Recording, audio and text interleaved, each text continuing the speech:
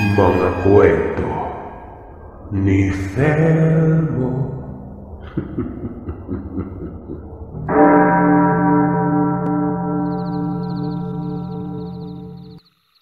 Tawagin niyo na lamang po ako sa pangalang Sofia. Kasalukuyang naninirahan dito sa Middle East. Mapalad akong nakakuha ng magandang trabaho dito sa gitnang silangan. Hanggang sa dito na ako nakapag-asawa at nagkaanak. Namimiss ko na ang Pilipinas, maging ang mga kwentong baryo na aking kinalakihan. Naging panakot sa amin noon ang mga ganitong klaseng kwento. Hanggang sa kami na ng kapatid ko ang nakaratas ng ganong kababalagan at ang naging dahilan ay ang aming magulang.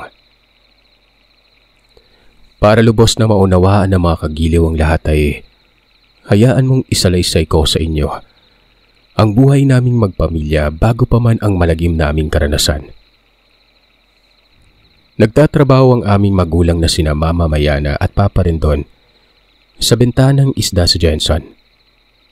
Nagkakilala, nagka-developan hanggang sa naging magkasintahan at yun na nga, humantong sa pagpapakasal. Pinasok nila ang pagninegosyo. Nagdi-deliver sila ng mga isda sa iba't ibang bayan. At dahil magaling sa paghawak ng negosyo si Mama kung kaya't siya ang pinakautak ng operasyon. Maganda ang takbo ng negosyo. Magaling kasing mag-sales talk si Mama. Nung una ay nagsimula lamang silang maglako ng isda. At dahil sa magaling si Mama, mag-sales talk nga ay lumago yun hanggang sa naging supplier na sila ng mga isda sa mga tindera ng isda sa mga palengke na medyo mas kalayuan sa daungan ng mga isda noon. Naging daan ito sa mas madali at mas maganda nilang negosyo. Si Mama ang kumukuha ng mga order at si Papa naman ang nagdi-deliver. Nagkaroon sila ng 2 anak. Ako ang panganay at ang bunso naman ay si Elias. 2 lang kaming magkapatid at dahil bagong panganak si Mama, kaya ipinaubaya niya muna kay Papa ang pag-aasikaso ng aming negosyo. Nung una ay naging maayos naman ang pagdadala ni Papa sa negosyo namin. Kung kaya't naging kampante si Mama na magiging maganda pa rin ang takbo ng negosyong yon. Hanggang sa si Papa na mismong nagsabi kay Mama na kami na lamang ang asikasuhin niya dahil wala siyang tiwala kung ipagkakatiwala kami ni Mama sa iba. Lalo na at sakitin pa noon si Elias. Sumang-ayon naman si Mama. Kumuha na lamang siya ng tao na mapagkakatiwalaan niya na tutulong kay Papa sa pagkuha ng mga orders at sasama sa kanya sa pagdi-deliver. Nung una ang kinuha niya ay lalaki. Pero naging stress lamang ito sa kanya dahil palaging pumapasok ng lasing at lagi pang buwabali ng sahod kahit tambak na ang utang nito. Ang inaayawan pa ni Mama ay hindi napupunta sa pangangailangan ng pamilya nito ang pera na binabali niya. Napupunta lamang yon sa alak at sugal. Dahil doon ay nagpasya na lamang si Mama na palitan ito ng isang babae. Napapalit sa pwesto ng assistant ni Papa. Nagpresenta ang kaibigan ni Mama na si Tita Josel. Matagal na sila magkaibigan ni Mama simula nung high school pa lamang sila. Kampante naman si Mama dahil kilala niya ang kaibigan niyang mabait at mapagmahal. May asawa na rin ito. May 5 anak na. Kaya sigurado si Mama na hindi na ito gagawa ng kababalagan sa kanyang trabaho. Maganda naman ang pasahod at may benepisyo naman. Hanggang sa tinawagan si Mama sa telepono ng kanyang kapatid mula sa Cagayan. Ibinalita nito na namatay si Lolo, tatay ni Mama. Kung kaya't kailangang umuwi ni Mama sa kanila. Nagkataon naman noon na walang pasok at si Elias noon ay nasa 2 taong gulang na. Kung kaya't isinama kami ni Mama pauwi sa Cagayan.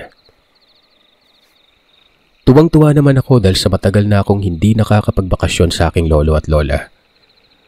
Tanda ko pa na siguro ay nasa 5 taong gulang lamang ako nung nagbakasyon kami doon. At muli na lamang nakabalik nang namatay na si Lolo. At nasa 5 baitang na ako sa elementarya. Nalungkot pa si Papa nang sinabi ni Mama na kailangan naming umuwi muna ng Cagayan dahil sa nangyari nga kay Lolo. Gusto pa sanang sumama noon ni Papa pero hindi naman maaari dahil sa kailangang may maiwan para mag-asikaso sa aming negosyo. Tanging si Papa lamang ang maaaring humawak nun. Nagtagal kami ng 3 linggo sa Cagayan. Hinintay muna naming matapos ang libing bago kami bumalik sa Jensen. Nung una, maayos ang pagsasama nila Mama at Papa. Hanggang sa dumating ang araw na magtatapos na ako sa elementarya. Pero tanging si Mama lamang ang umakyat sa entablado. Ayon kay Papa ay marami silang kailangang i-deliver at nasa malayong bayan dahil sa nakakita sila doon ng bagong kliyente at maramihan ng order kung kaya't kailangan na siya talagang mag-deliver nun. Wala namang kaso yun kay Mama. Pero ang problema, hindi man lang tumawag si Papa sa kanya. Noong mga panahon na yun ay uso na yung cellphone. Nokia 2100 ang pinaka-latest na model ng cellphone ng mga panahon na yon. At yun ang cellphone ni Papa. Ang nangyari ay nagalit si Mama dahil unang pagkakataon na nangyari ito. Dati kahit anong mangyari ay umuwi talaga si Papa sa bahay. Kinabukasan ng nakauwi na si Papa ay inaway siya ni Mama. Sa unang pagkakataon ay narinig kong tinaasan ng boses ni Mama si Papa. Ganon din si Papa sa kanya. Sa kauna-unahan ding pagkakataon ay nakita ko na sinaktan ni Papa si Mama. Kung siguro, hindi ko sila naawat ay matindi ang natamong pinsala ni Mama sa katawan. Nang gabing yon ay muling umalis si Papa ng bahay. Hindi namin alam kung saan siya pumunta. Bagamat nasaktan na ay nag-aalala pa rin si Mama kay Papa noon. Kinabukasan, maaga pa ay umuwi si Papa sa bahay. Nakabihis na ito na tila ba may sariling bahay siyang inuwian. Nag-usap sila ni Mama. Nag-aayos. Masaya na ako gawa ng naging okay na ang mga magulang ko noon.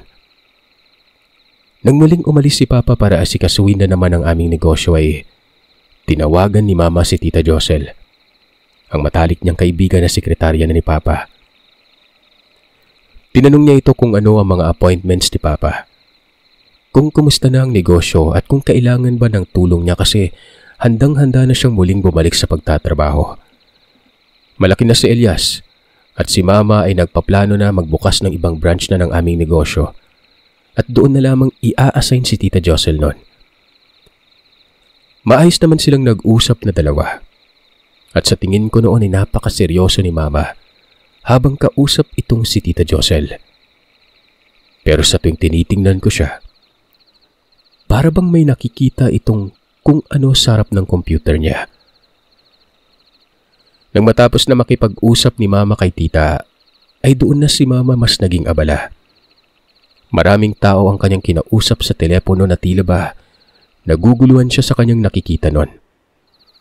Halata din ang pagpapabago-bago ni Mama ng tono ng kanyang boses, maging ang ekspresyon ng kanyang mukha. Nang araw na yon ay yun lamang ang pinagkaabalahan ni Mama. Nang makauwi si Papa ay normal naman niya itong kinausap.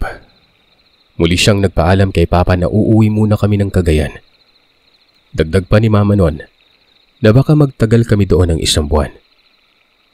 Ayon kasi dito kay Mama, gusto umano ng kapatid niya at ng nanay niya na makapiling pa kami ng matagal. Tutal naman ay bakasyon na at mag-iisang taon na rin namatay si Lolo. Kaya hindi naman siguro masama yung magtagal doon. Kagad namang nagsabi si Papa na walang masama sa gusto ni Mama. Salib, tama si Mama sa kanyang desisyon. Mag-unwind muna at umuwi sa probinsya. Tumango naman si Mama at nagsimula ng hinanda ang mga damit namin ni Elias. Tinulungan pa siya ni Papa sa paghahanda ng mga gamit na aming dadalhin.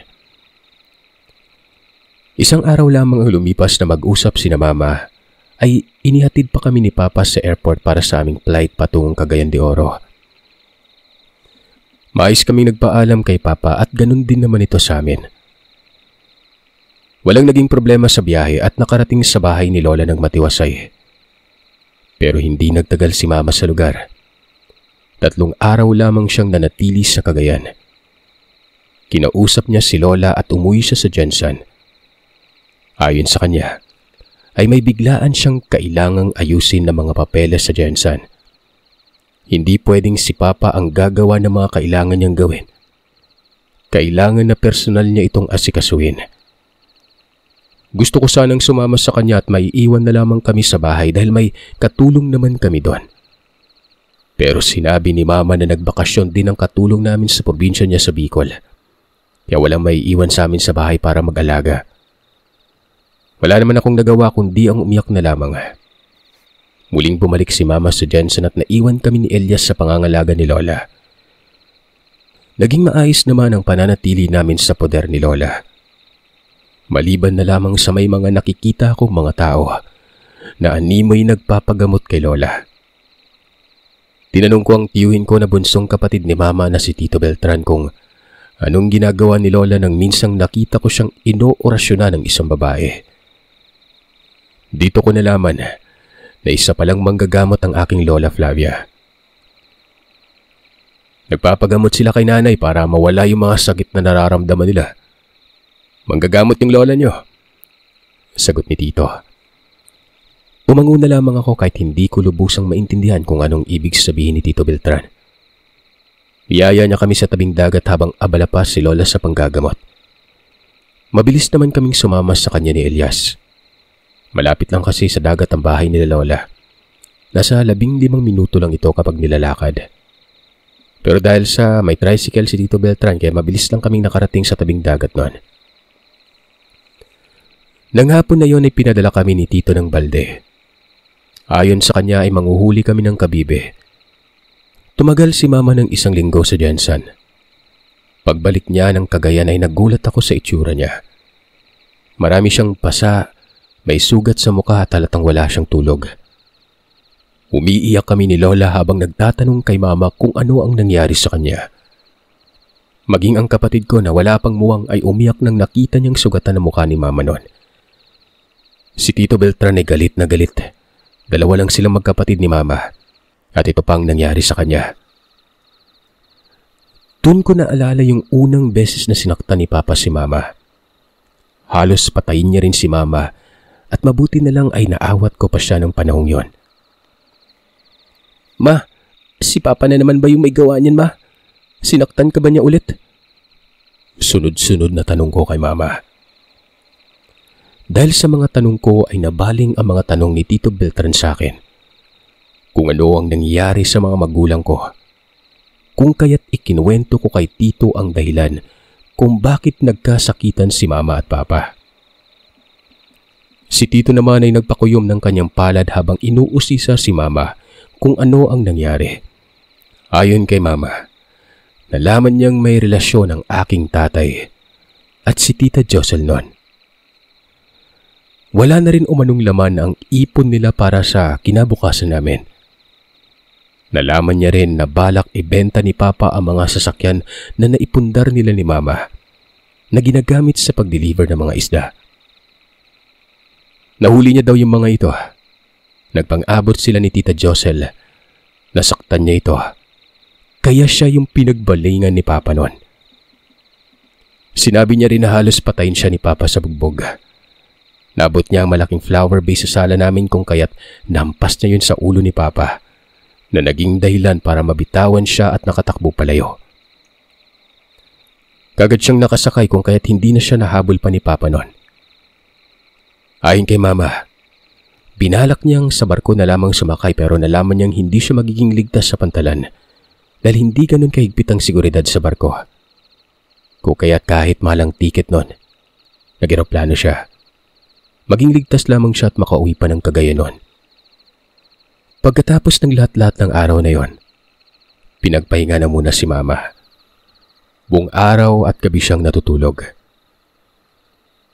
Kinabukasan, ginigising ko si Mama para mag-almusal.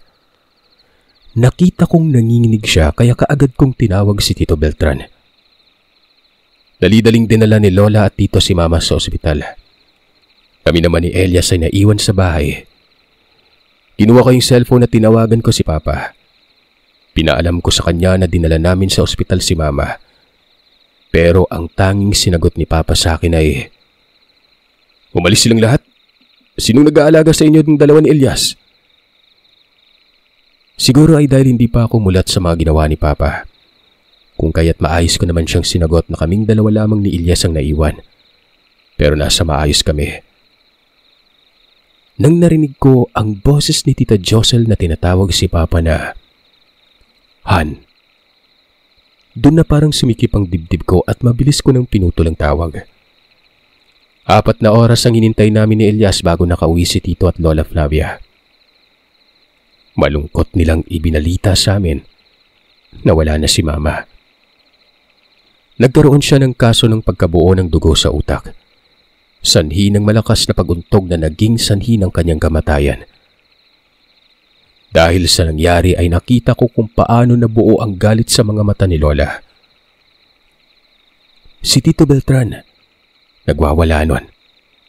Sinabi ni Lola na pagbabayaran umano ni Papa ang ginawa niyang pagpatay kay Mama. Hindi na ako tumawag kay Papa ng mga sandaling yon. Hindi ko na rin pinaalam sa kanya na wala na si Mama. Hindi na pinatagal nila Tito Beltran at Lola ang lamay. Kagad na nilang inilibing si Mama pagkatapos ng 5 araw. Pagkatapos ng libing ni Mama, madalas nang magkulong si Lola sa kwarto. Nakakaamoy din kami ng nakakasulasok na amoy mula sa langis na nanggagaling sa kanyang silid. Animoy langis na matagal nang hindi nagagamit, kung kaya't nasira. At madalas amoy kandila ang pintuan ng silid ni Lola.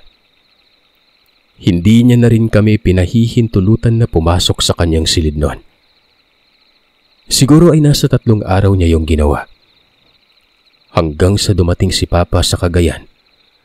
At ang ikinagulat pa namin ay may kasama siyang mga pulis. Ayon sa kanya ay patay na si Mama kung kaya't siya ang mag-aalaga sa amin dahil siya ang aming ama noon. Nag-aambang sasaktan na ni Tito Beltran si Papa pero mabilis siyang pinigilan ng mga pulis noon. Samantalang si Lola naman ay bigla na lamang nilapitan si Papa. Sinabunutan. Natanggal ang ilang hibla ng mga buhok ni Papa noon. Hinawat ng mga pulis si Lola. Ayaw man sana kaming ibigay ni Tio Beltran kay Papa pero wala naman siyang magawa dahil ama namin ang kumukuha sa amin ni Elias. Si Lola naman ay tinignan si Papa ng diretso sa mata habang nagsasabi ng mga katagang, "Tandaan mo yung pagmumukhang ito, Rendon. Ang mukhang to ang hindi magpapatahimik sa'yo. Kahit pa hanggang sa kamatayan ko. Pagbabayaran mo yung ginawang panloloko at pagpatay sa nag-iisang anak kong babae." Napakadiin at matalim na wika ni Lola kay Papa. Sinama kami ni Papa pabalik sa Jensen pero malayo na kami sa dati naming tinitirahan. At ang ikinagulat ko pa ay kasama namin sa bahay ang matalik na kaibigan ni Mama na siyang kalaguyo ni Papa na si Tita Josel. Hinaplos niya ang buko. Kinamusta. Pero tinapik ko ang kamay niya. Diring-diri ako nun. Bukod sa tita ko to, o sa matalik na kaibigan ni Mama, ninang ko rin ito sa binyag. Tinalikuran ko ito at hinawakan na sa kamay si Elias at dinala ko ito sa aming kwarto. Iyak lamang kami ng iyak noon na habang tinatawag ang pangalan ni Mama. Maya-maya pa ay pumasok si Papa sa silid at inaalo-alo ang kapatid ko. Pagkatapos ay kinausap niya ako at sinabing hindi niya sinasadya ang nangyari kay Mama. Ayon sa kanya, mas nauna umanong si Mamang nanakit sa kanya kung kaya't gumanti lamang siya. Hindi na ako sumagot. Hinayaan ko na lamang siyang magsalita. Para sa akin ay siya na ang pinakasinungaling na tao sa mundo. Sumunod na araw, narinig ko ang malakas na pag-iyak ni Tita Josel. Nang lumabas ako sa sala, nakita ko mga pantal sa kanya mukha nun na animoy mga malalaking tagiyawat na may maraming nana. Iyak siya ng iyak dahil ayon sa kanya ay napakahapdi ng kanyang mukha. Habang lumilipas sa mga oras ay lalong dumadami ang pantal sa kanyang katawan.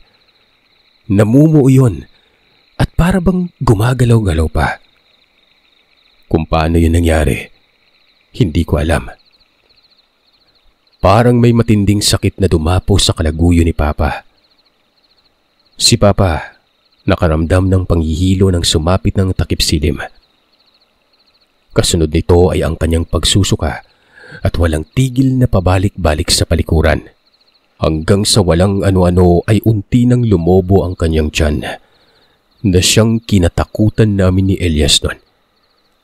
Hindi kami lumalapit sa kanila ni Tita Josel. Kinabukasan kahit nahihirapan ay narinig ko si Papa. May tinatawagan. Kinahapunan naman ay may dumating sa bahay na lalaki. May kasama itong isang babae na kasing edad lamang ni Mama. Pero parang may kakaiba sa kanya. Mabigat na may kakaibang amoy. Bagay na hindi ko maintindihan. Para bang naamoy ko na ang kaparehong amoy ng langis na para ba matagal nang hindi nagagamit noon. Nga lang, mas masangsang ang amoy ng babaeng ito. Doon ko naalala si Lola. Pinapasok kami ni Papa sa silid namin ni Elias. Kasama namin doon ang anak ng kasambahay namin. Bawal kaming lumabas ng silid kung kaya't hindi ko na alam kung ano ang nangyari. Kinagabihan, narinig ko na lamang si Papa na tinatawag ang pangalan ni Tita Josel. Tila ba natatakot ito na umiiyak base sa boses niya.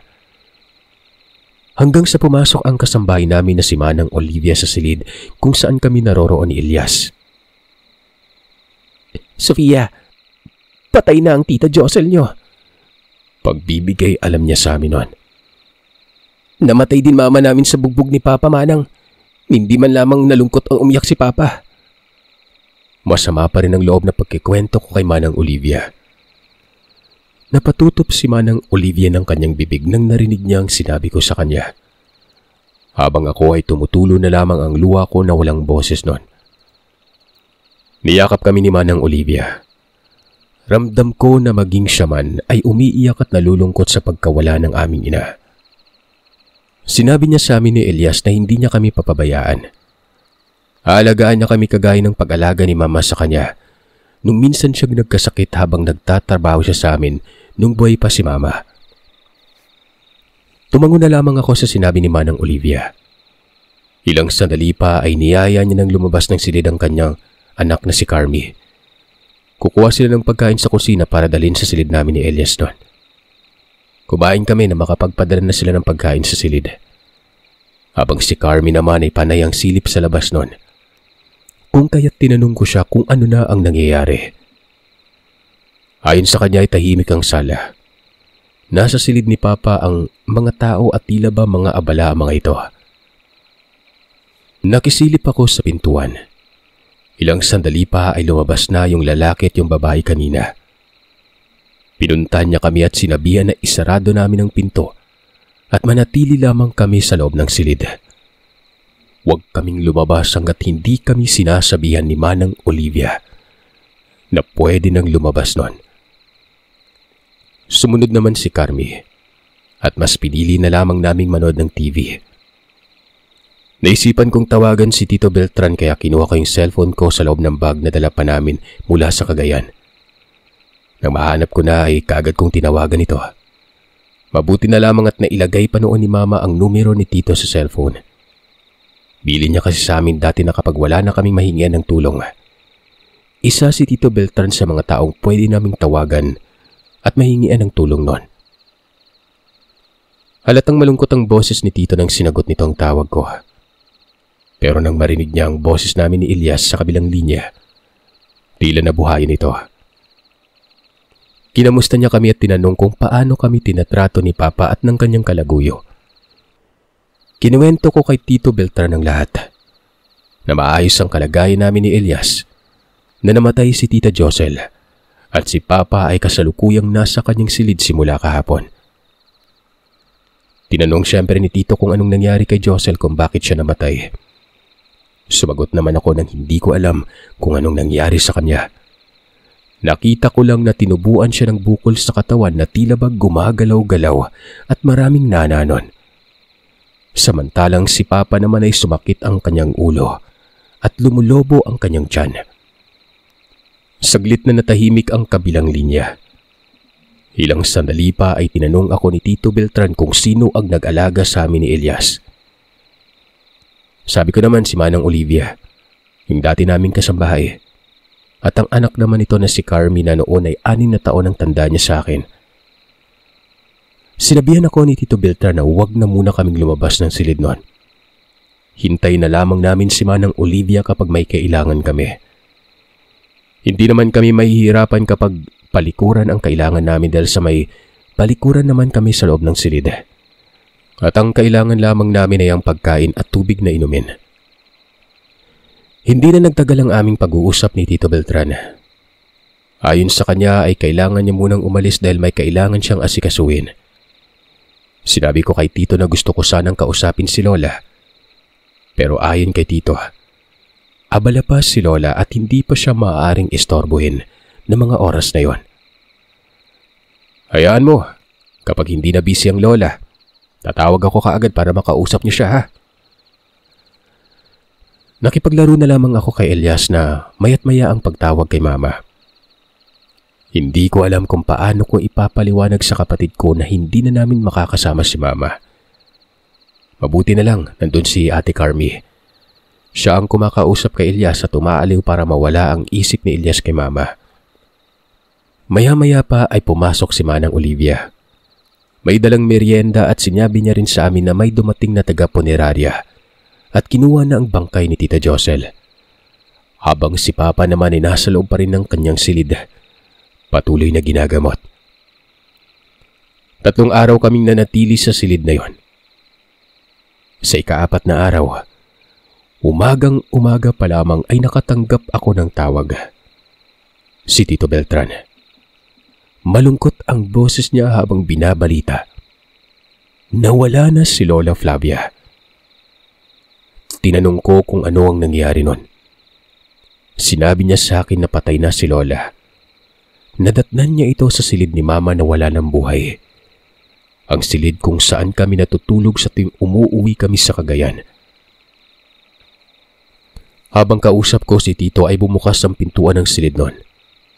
Pumasok si Papa at inagaw sa akin ang cellphone. Galit niyang kinausap si Tito. Tinawag niyang mangkukulam si Lola at sinabi ng ama ko na si Lola ang pumatay kay Josel at nagbigay sa kanya ng sakit nun. Sinabi niya ring mabuting ang patay na si Lola. Wala nang makikialam sa buhay namin. Hindi ko alam kung anong sinabi sa kanya ni Tito Elias. Narinig ko na lamang si Papa na nagsalita ng, hindi niya ako napatumba nung buhay pa siya. Ngayon pa kaya napatay na siya? Wika nito kay Tito at pinutol na nitong tawag. Kinumpis ka ni Papa ang cellphone ko. At ayon sa kanya ay bawal ko nang kausapin ang tiyuhin ko o maging sa kahit na kaninong kamag-anak namin sa poder ni Mama. Hindi ako sumasagot. Pero sa loob-loob ko ay wala siyang kwentang ama. Ayoko lang nasaktan niya ako. Lalong-lalo na si Elias kung kaya't hindi na ako sumagot pa. Laking pasasalamat ko noong nagpasukan na. Pag-uwi ko sa bahay ay nasa sala si Papa. Habang si Elias naman ay nakay Manang Olivia. Si Ate Carmi ang sumundo sa akin mula eskwelahan. Nagulat ako nang nakita kong itsura ni Papa. Ilang araw lang ang nakalipas nang gumaling ito pero nangangayayat na naman ito. Nangingitim ang paligid ng kanyang mga mata. Naanimoy ilang gabi na itong hindi nakakatulog ng maayos. Nakakaawa na nakakatakot ang itsura ni Papa nun. Mahimbing siyang natutulog habang nakahiga sa may sofa. Kami naman ay ingat na makagawa ng ingay. Takot kami na maistorbo ito sa kanyang pagtulog. Maging nang maghahaponan na kami ay tulog pa rin si Papa kung kaya't maging ang paglagay ng pagkain sa plato, si Manang Olivia nang gumagawa. Walang ano-ano ay nagulat kami sa mga pagsigaw ni Papa. Animoy bata itong sumisigaw sa takot nun. Ma! Patawarin mo ako, Ma! Hindi ko sinasadyang mapatay si Mayana. Patawarin mo ako. Nagsisisi na ako, Ma. Paulit-ulit lamang yung sigaw na yon. Mabilis kaming tumayo at pinuntahan siya para tingnan kung ano ang nangyayari. Doon namin nakita si Papa na animoy dinidepensa ang kanyang mga kamay sa kanyang mukha noon, habang takot na nagsisisigaw. Sa huli, ang naririnig kong tinatawag nitong mama ay walang iba kundi si Lola Flaviana. Nilapitan ko si Papa at tinapik ang kanyang balikat. Sinigawan ko ito ng, "Gising, binabangungot ka." Nagising ito. Hinilamos niya ang kanyang palad sa kanyang muka. Dito ay nakita ko siyang umiiyak at niyakap niya ako habang humihingi ng tawad. Hindi ako sumagot. Tinanggal ko ang kamay niya sa pagkakayakap sa akin at pumasok ako ng silid noon. Hindi ko alam pero tila ba nawala ang pagrespeto ko sa kanya. Hindi na ako malapit sa kanya katulad ng dati. Magmula ng unang beses kong nakita kung paano niya pinagbuhatan ng kamay si Mama. Tapos ayon, mas lalong tumindi ang puot na nararamdaman ko nang namatay si Mama.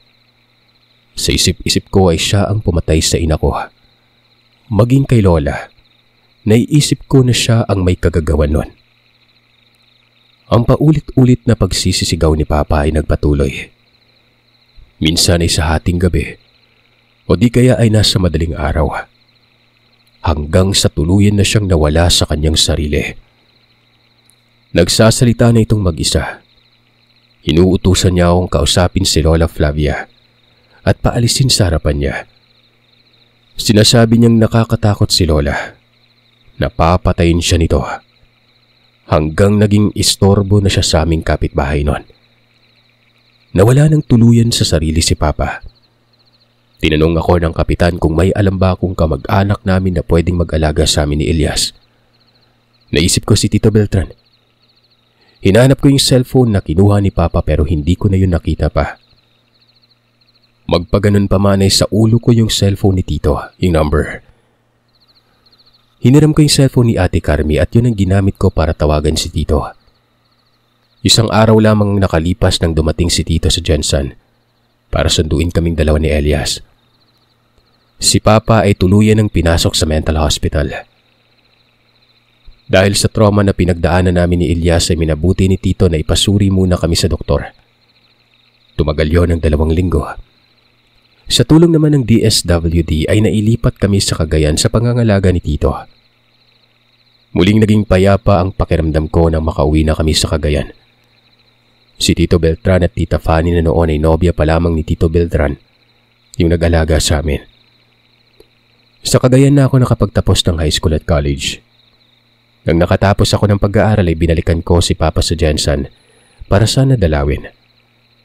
Nagpatulong pa ako kay Tito Beltran noon kung paano makapunta sa mental hospital kung saan dinala si Papa. Pero pagdating namin doon ay nalaman namin na patay na rin ito. Inatake daw ito sa puso isang gabi habang natutulog. At ayon sa doktor, palagi siyang humihingi ng tawad sa nagngangalang Flavia at Mayana. Ultimong sa amin umanong mga anak niya ay humihingi siya ng tawad noon. Pagkatapos na mahabang taon ay ngayon pa lamang ako nakaiyak. Mabuti na lamang at kasama ko sila Tito Beltran, Tita Fanny at Elias na noon ay alam na niya kung ano ang nangyari sa pamilya namin. Kung bakit ang Tito Beltran at Tita Fanny ang nag-aalaga sa amin noon. Malaki rin ang pasasalamat namin sa aming tiwin na siyang nagtaguyod at gumabay sa amin. Hanggang sa nakapagtapos na ako ng kolehiyo.